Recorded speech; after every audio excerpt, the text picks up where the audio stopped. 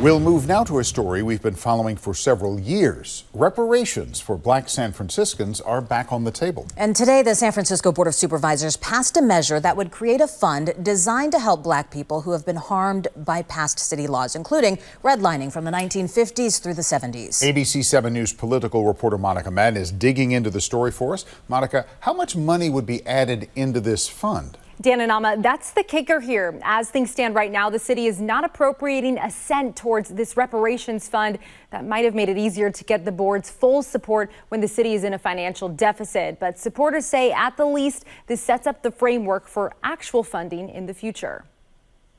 I think it means repair. As a descendant of slaves, James Taylor has long advocated for reparations. My own hands have touched my grandfather's hands, and my grandfather touched his grandfather's hands, and that was a slave.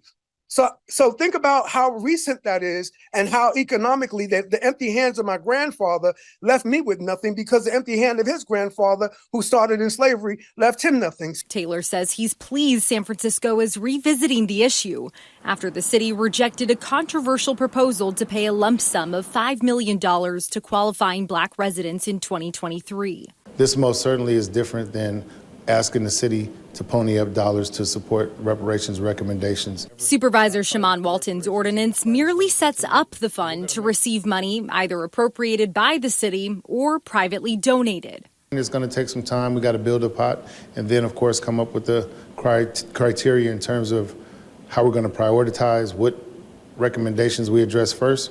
But this is a major first step. Some of the city's previous recommendations for Black reparations range from assistance with down payments for buying a house, improved access to education, and cash payments. Redlining, making us pay taxes for education where our children couldn't go to those certain schools, pushing us out, gentrification. There's so many things that have been done to us systemically, and we have seen populations, we have seen races, we have seen ethnicities receive reparations.